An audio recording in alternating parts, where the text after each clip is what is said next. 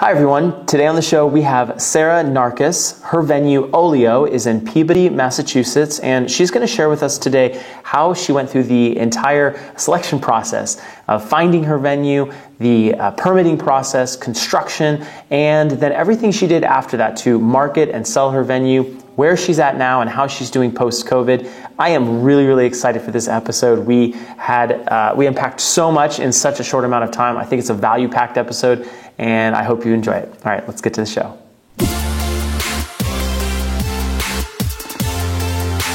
You're listening to the Venue RX podcast.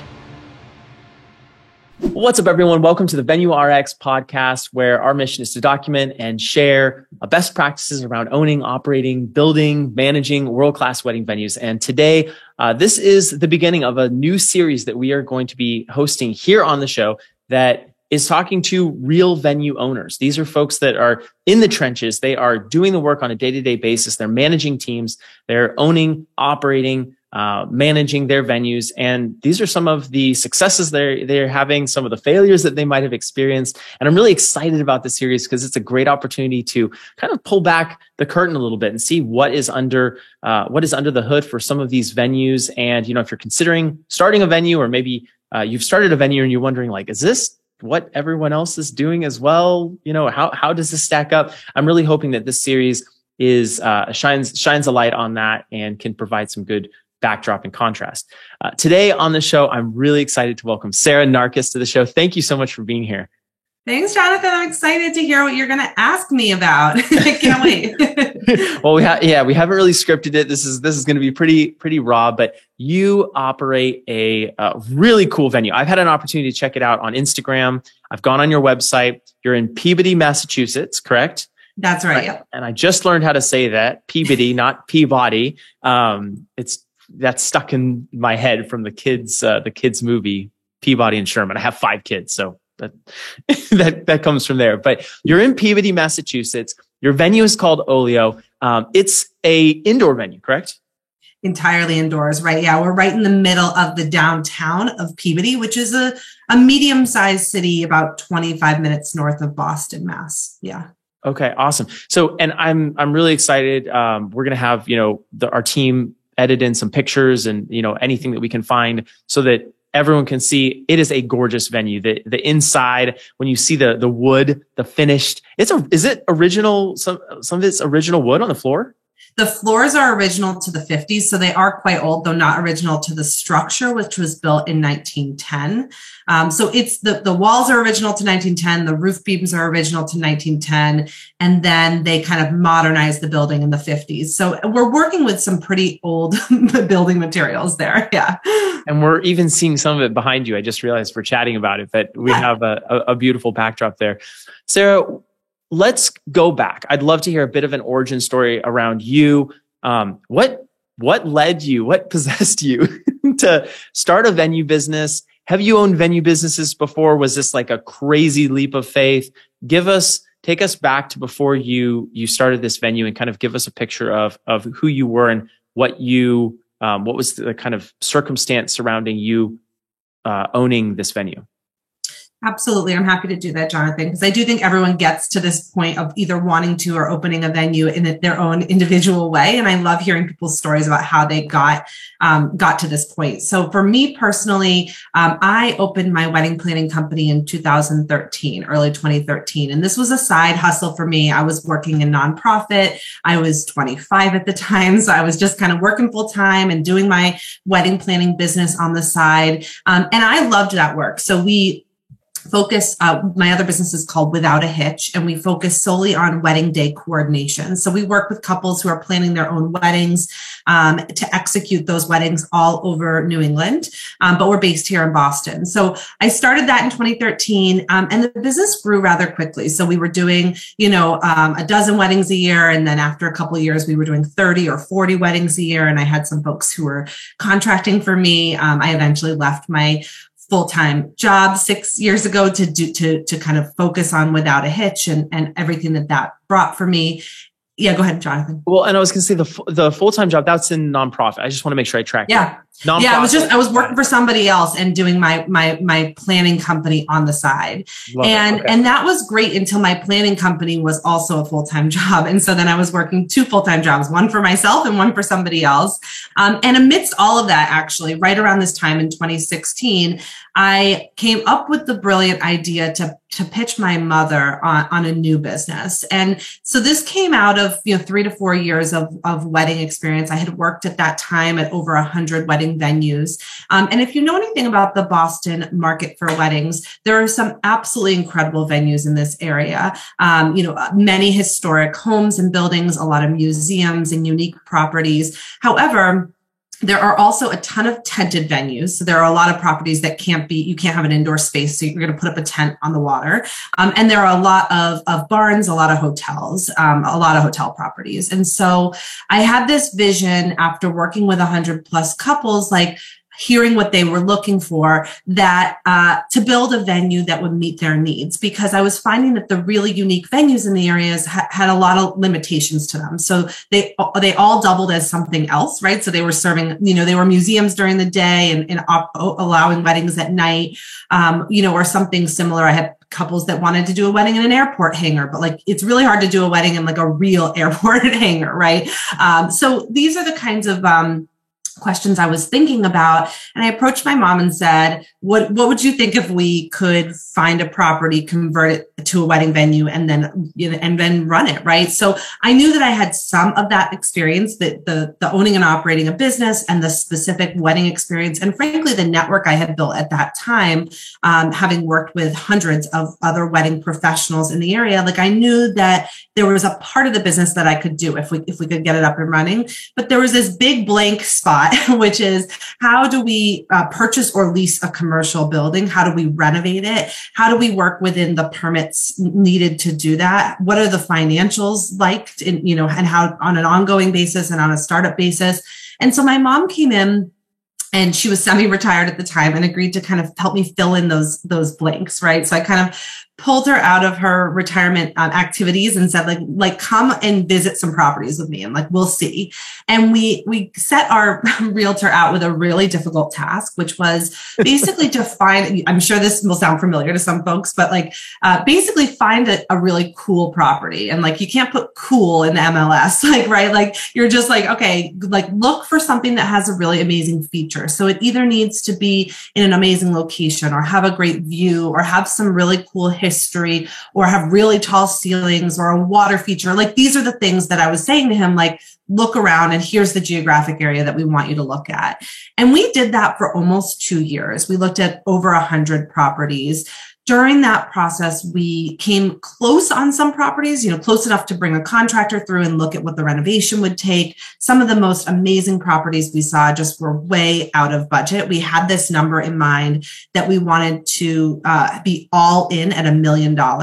And part of that was going to be funded with some cash that my mom had, that she was going to put in, and the rest would be a loan. The majority of it would be a loan. About 10% of it would be the cash from my mom. And as we were looking at properties, especially in this greater Boston area, we were finding the properties were for sale above our budget, right? And then or maybe they fit in our budget, but the renovation was twice our budget. Or, there were just so many limitations when it came to budget-wise looking at different properties. And so we went on that path for 2 years. When we saw the property that we ended up eventually purchasing in downtown Peabody, actually my mom didn't even come to see it on that particular visit. So we had 5 visits that day. This was number 3 of 5. And so we're popping over to property. And I walked into this building and I was like, this place is a shithole. It was a garbage nightmare.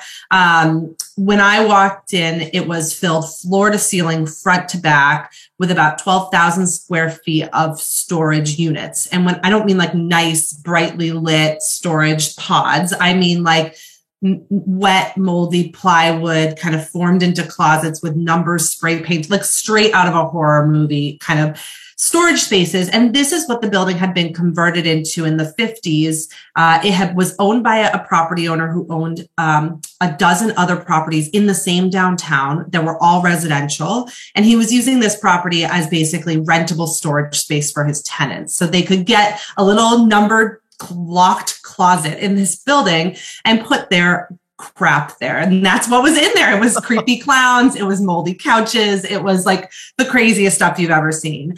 But I walked through the building and I had a feeling that I had felt at other properties, but that was unique to this property was that things could really line up, right? And you don't know until you actually do the research, and you don't do the research till you see the property, but you just like start with a vision, like how does it look? And then you think about what you can do to it. And then you go from there and see whether it's feasible. So I ended that day and I called my mom and I said, we should put in an offer.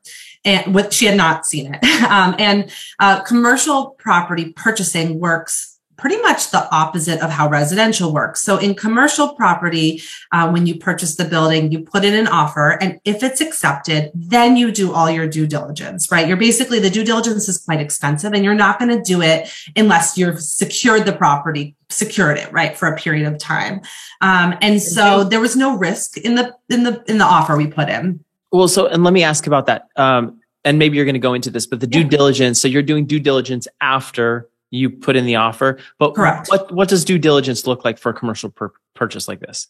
Yeah, this is an extensive process. And the spoiler alert here is that it took us a full year, 365 days to do due diligence.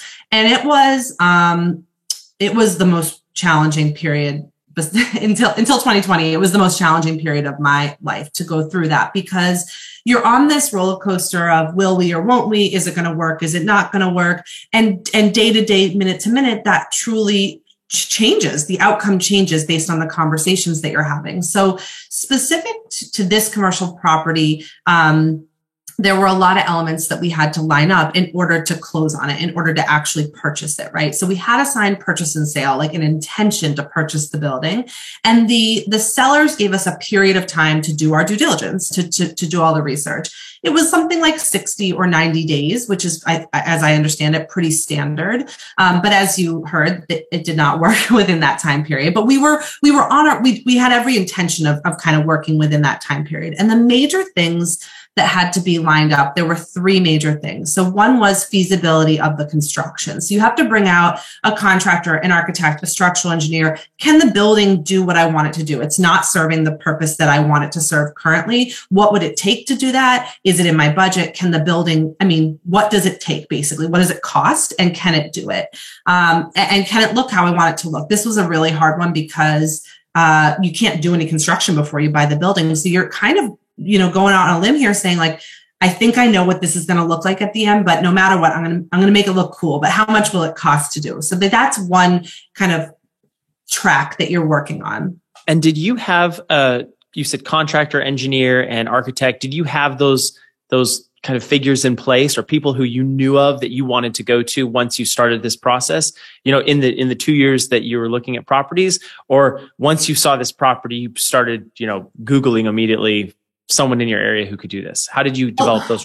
Yeah, it was a little bit of both. We had a contractor that we had been working with, but he was basically just kind of doing a favor for our realtor, frankly. And then, fast forward, when we did end up purchasing the property, we had to get multiple quotes for the work. We couldn't just go with the contractor that we ended up going with. So we did end up having to kind of work on just, referrals, a lot of referrals, who's nearby, who's available to do the work, who's willing to come out and take a look at the property. And we didn't want to spend $1 million just to do that, because we didn't even know if we were going to buy the building. Every dollar you put in, if you walk away, you don't get that back, right? And so it's this constant weighing of like, can we put $5,000 into this, $10,000 into this, not knowing what the outcome is going to be of the purchase, right? So we're trying to be really smart and conservative about our funds at that point. But you have to really know, is the building viable, and what will it cost to bring it up to code and to make it work for us? So that was one path that we were on. The second one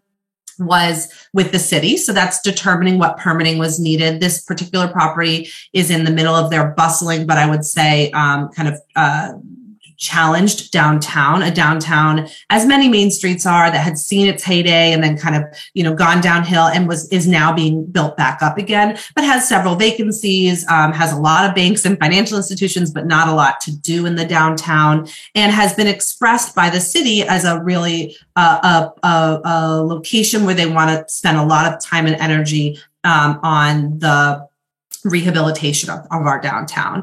And so in that process, that meant function spaces, assembly use was not allowed by right at this property. I mean, I could have turned it into a bank or a restaurant without any special permitting, but you can't turn it into a wedding venue unless the city's on board with that. So that meant going through a special permitting process with the city council, which was pretty extensive. So we did that about 3 months into our due diligence process. So that was another track. The feedback by and large from the city was extremely excited. What can we do to support you? And that was the easiest track in that way, which is to say, like, if you really are going to do this, tell us how we can kind of make this happen for you within these parameters, right? And then the third track that we were working on, by far the most challenging track, was the financing. And as we were getting numbers back from the contractors and the architects, we were like, okay, maybe this doesn't fit in the original $1 million budget that we thought. What can we stretch to? And the question wasn't just what can we pull out of our pockets to fund here? It was what can we finance, right? And the financing part of this was extremely challenging. We approached dozens of traditional lenders. So, the corner bank down the street, as well as large national institutions. We explained to them what our vision was for this. And my own background and my successful business that I owned and operated at that time still.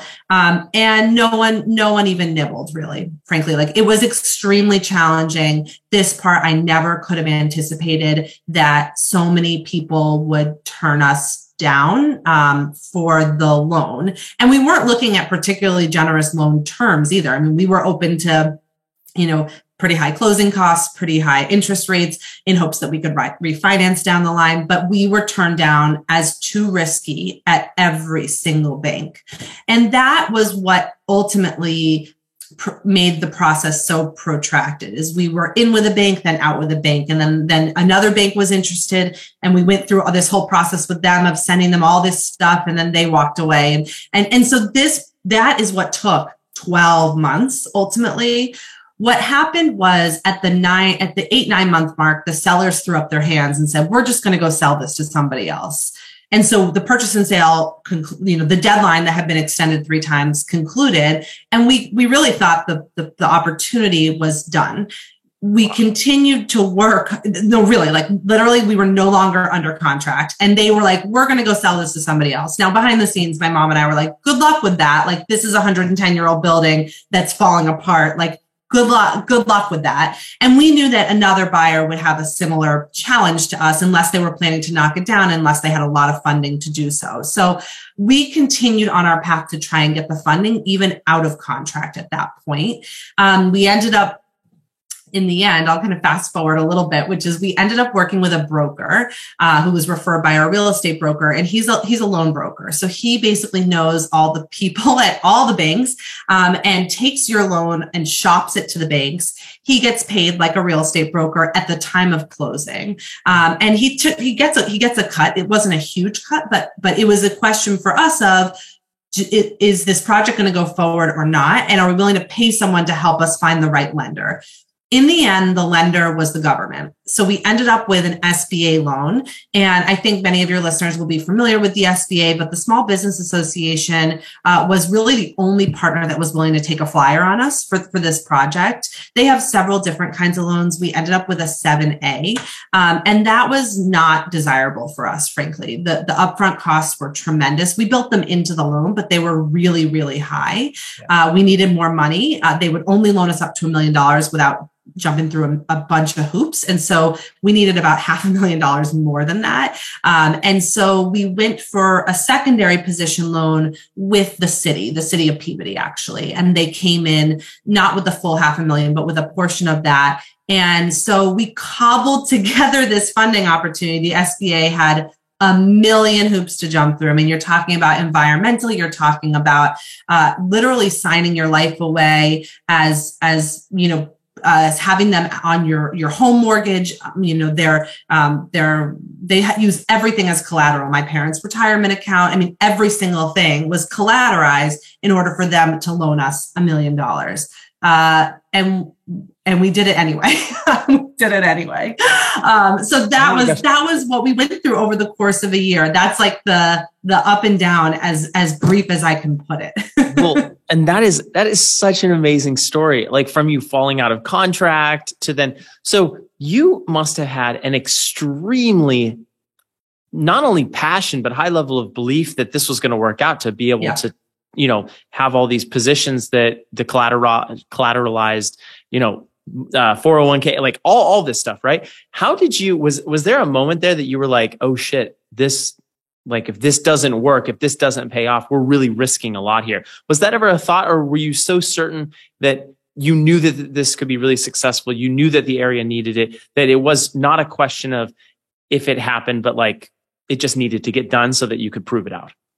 It was both. And that was day to day too. So there were moments where I was like, what the hell am I doing? And not only am I putting my own family's assets on the line, we had recently bought a house, and I was pregnant at the time with my first daughter. And not only are we putting all of that on the line, but we were putting my parents' assets on the line, like the house I grew up in. Like this was just, and they agreed to that, right? Like this wasn't me coercing them, but that was a lot riding on my ability to execute on a business plan that I wrote, on a vision that I proclaimed. Now, on the flip side, if you ask me any day of the week, especially in front of a lender, I would say like, I can do this. I can do this. No problem. And I do have that confidence. I did have that confidence. I knew I could run the business. I knew I could make it, if not profitable, at least I could break even and pay back my loans, right? Like I knew that I could build something here. I needed just the opportunity. And that's what I walked around saying for a year. And it was a painful, really painful process to get there. So we landed on October 5th of 2018. That day we ended up at the Registry of Deeds, signing our life away, 1 million papers. I was fully 9 months pregnant at that time. My daughter was born 3 weeks later. And so that was, the timing was not ideal. But on that date, October 5th, 2018, we thought, wow, we've just been through the ringer and here we are. We've finally done it. Like, let's get this party started. Like we had no idea what was going to come next, but we thought that we had been through the hard part, which is now funny, but we thought, it was a journey to get there, but we had no idea what was coming. Well, and I love that you kind of marked it like that, because I think that happens to a lot of venue owners. I think that it's such a hurdle to work with. And I mean, we're here in California. It's the permitting process, that just everything that you just discussed. I mean, a year is kind of standard. You know what I mean? Like, and if you expect anything less, like just, everyone knows who's been through the process that it's going to take much, much longer than you think. And it's going to be more expensive. Venue owners typically look at that and they're like, yes, we're at the top of Mount Everest, but then it's just a small plateau before you gotta keep climbing. What was this next period like for you? The next period was 6 months of renovation while I had a newborn over the winter in a building with no heat, in a 110-year-old building with no heat. That was an hour away from my home at the time. I've since relocated to be closer, but we owned a house an hour away. And that was significantly over budget and behind schedule. So challenges at every corner. It was only 6 months. So you think like on the flip side, you're like, 6 months, how'd you spend $1 million in 6 months? Like that's pretty good actually. But it was the most painful 6 months of my life at that time. Like we thought it was the year of trying to buy the property was difficult. The 6 months of renovating the property was really, really challenging for me. Yeah. Sarah, talk to me about, just before we continue on, why Peabody versus, because you said you lived an hour away. So, I'm thinking drawing kind of an hour circumference around my house if I was looking to buy a property, or any of our listeners here. What drove you towards that location versus any of the other locations that were an hour in a different direction?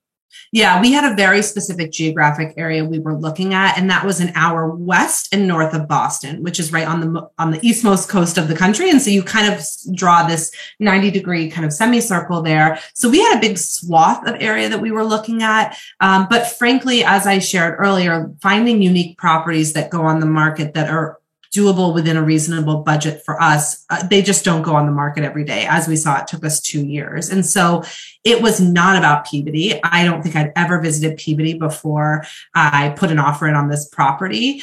It was about finding the right property that I could sell. And the selling part was about being in a community that was desirable enough to get married in, right? Looking at the market directly around it, looking at the infrastructure.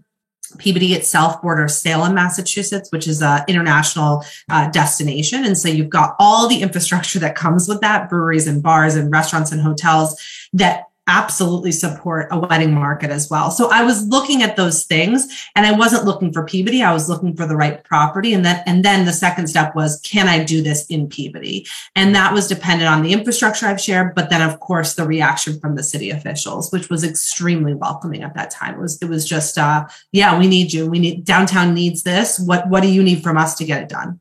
That's really powerful. And I'm glad you called it out like that, because I think instead of looking for the store that you were going to shop in, you looked for the ingredients and then just figured out which store that was in, store being kind of the county and the area. And Peabody's has kind of this industrial history. As I was doing a little bit of research, it looked like. So in relation to Salem, how far away are the two?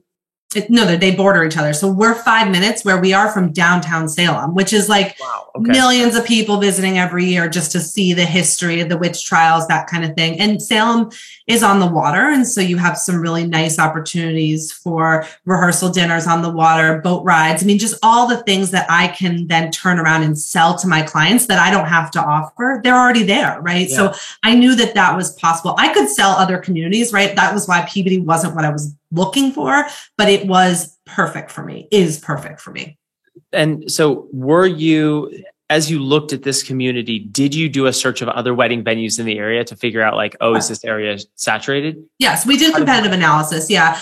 I would say in the Boston area, though, the competitive analysis is for venues that are within an hour of Boston, right? So like the competitive analysis isn't for what's in this town and the neighboring towns because of the way real estate works around here. And there just being very few really unique properties. I was looking at the North Shore, which, north of Boston in general, but also just generally the Boston area. And that kind of turns to that process that I started on October 5th of 2018, which was to build the brand. And so that is happening simultaneously to building the building, right? And the brand, I loved this part of it. Like this was the part that I knew I could do. I had built a brand before. I had built a six-figure profitable business before.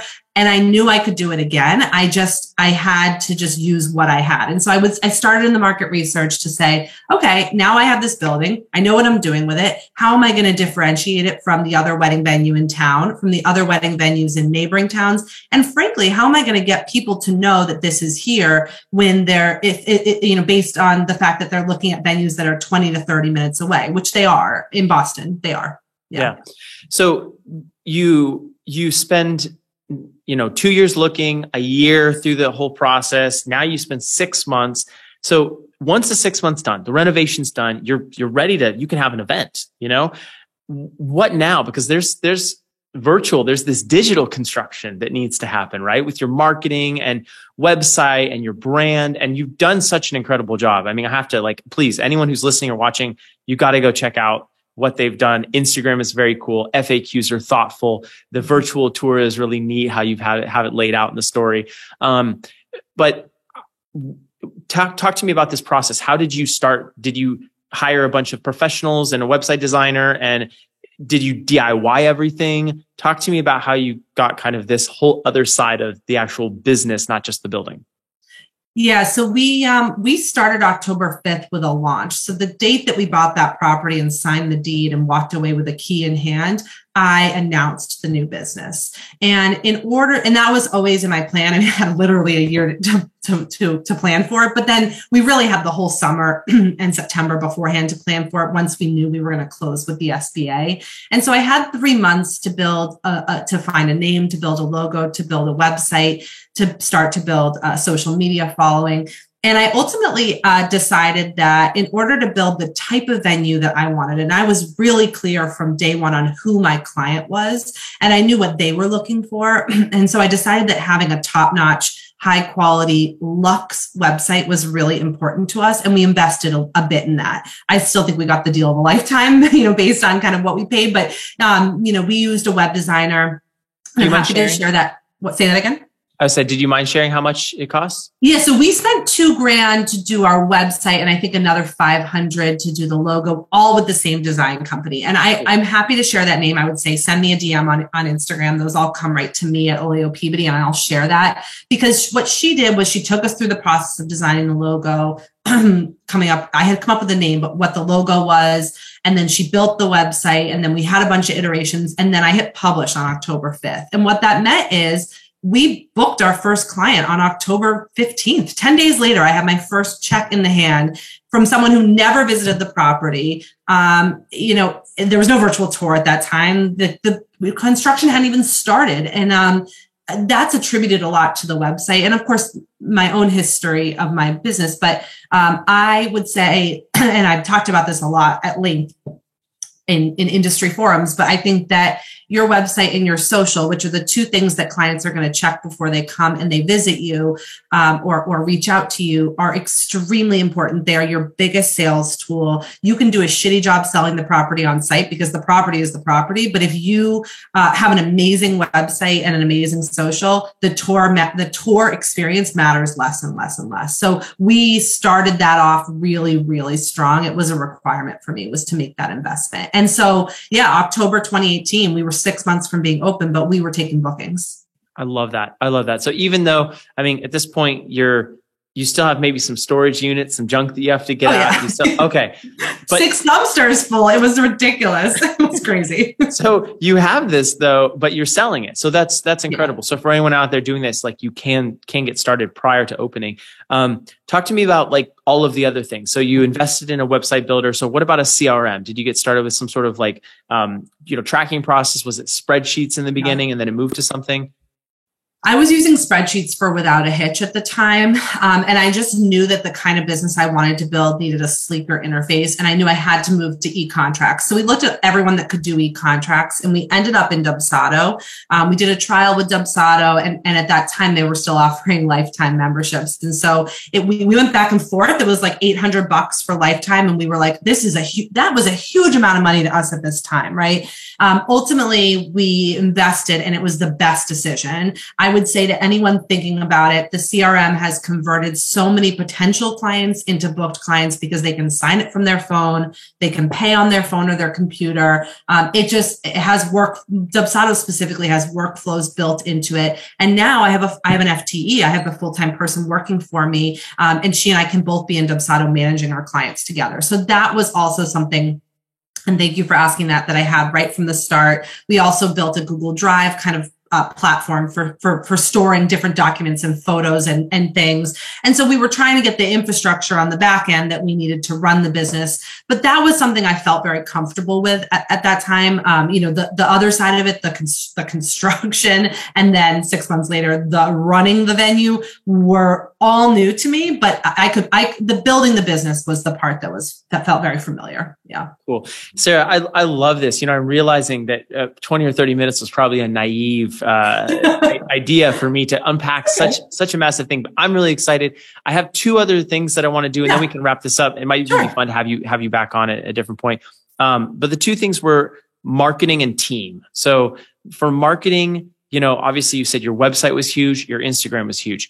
Did you jump on some of the paid platforms that are available out there right away? Did you hold back on those? Did you think about doing Google ads or Facebook ads or some of the other options? What was your mindset around that? What did you kind of start executing on, and maybe some lessons that you've learned in the process of marketing your venue? Yeah, absolutely. So my mindset was that you're never going to be able to advertise as well as you can network. And so I knew that my network, the people I've worked with over the past decade to build my planning company, had to be my first line of defense to start to book the business, and that clients would then validate those referrals with a website, with a social, with online reviews, with photos, right? So they do go hand in hand, but you can't throw money at a platform that's going to sell you unless you're ready to sell yourself. And so that's going to be things like having the CRM on the back end. You can't do it without photos or reviews. You just simply can't. So day one, we weren't ready to advertise. We didn't spend any marketing dollars. I would say definitely till we opened our doors, but I would say probably about a year, because if you don't have the photos, you can't market the business. And so once we did have some of that, we put our money solely into Facebook and Instagram ads is where we put our spend. We have a little bit of money in Google ads. And we work really hard on putting our platform out there in many different avenues. So doing something like this podcast with you, like this is a marketing opportunity for me to talk about how I built my business and why, to put myself out there as a venue expert. And I think about every opportunity that way, every opportunity to be featured on a blog post, to attend a networking event, to host a networking event, which we did a lot the first year at our own expense. And then we are very active in soliciting online reviews from our couples. So if you go on Google, Facebook, The Knot, Yelp, those are places that couples have left us online reviews. And that absolutely does an amazing job of boosting the SEO. So I would say I don't spend all of my time, and we don't spend a lot of money on advertising the business, but I do take those resources, which is mostly my time, and I think about who I know and how those people can send me referrals in a big way. Yeah. Totally. Are you comfortable giving us a ballpark of what you spend dollars per month, just across the board, to give folks an idea of, should I be spending $10,000 a month? Should I be spending $2,000 a month? Like that kind of. Sure. I'll tell you what I do, and then you're going to talk to your next guest next week, and it will be a totally different answer, right? But we spend $5 a day on Facebook and Instagram ads. I took a course at one point, and that was the recommended amount based on the kind of client that I'm trying to reach and the way I've targeted my ads. So I would say $150 a month is a great kind of estimate there. And then we spend $50 a month on Google AdWords. So that's $200 a month on advertising. That's it. Once in a while, we have an opportunity to sponsor a Little League team, or put an ad in Boston Magazine when we win an award. But I take those opportunities as they come. But I would say $2,000 to $3,000 a year is what we spend, and we book. We're only in our third year of business after a year and a half of being closed for COVID, and we are at 60 to 70 events a year. Wow. That's awesome. No Wedding Wire, The Knot, Here Comes the Guide, like paid platform, things like that. Okay. Cool. Okay. We still get leads through them. So sign me up, put me on Zola, put me on all those platforms, because SEO, there's no reason not to be on them with your free account to the extent you can be, but I won't pay for leads. I won't do it. Got it. Cool. And then the team. So at this point, you said you're 3 years, a year and a half, 2 years, post COVID, depending on when you could really kind of get started again. What do you have as far as a team? Is it you? Is your mom an active player in this? Do you have set up and tear down people? Are you a one-woman show? What does your team look like as far as personnel, the human infrastructure?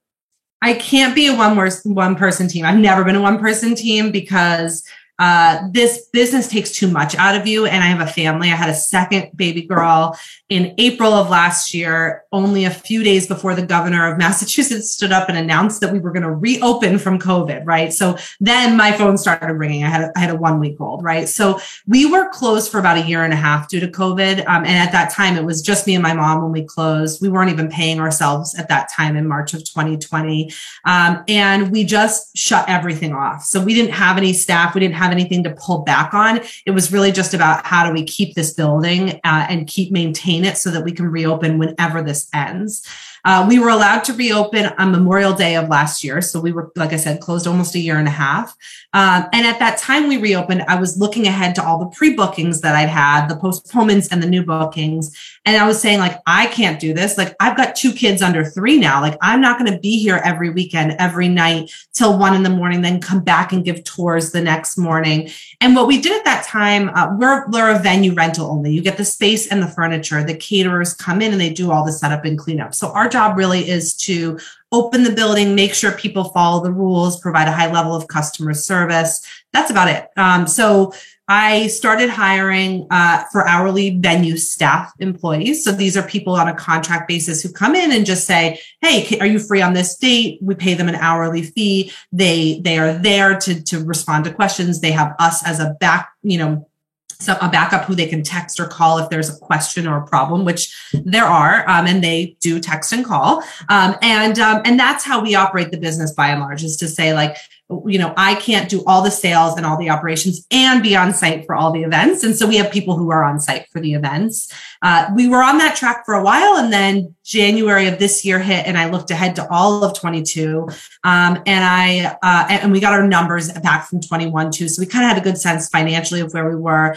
And I pitched my mom on this opportunity, this idea to hire a full-time venue manager. And this was always in our long-term vision. We were hoping to do it at the 3 to 5 year mark, which is what we did. At 3 years, we did hire someone almost to the day from being open, but we were closed for a year and a half of that. So we feel like we really were ahead of the projections that we had, in part due to my own life events. My mom's not the person who's going to be on site at all those events. So we just knew we needed more support when we were looking ahead to, at that time, 30, 40, 50 events booked for this year.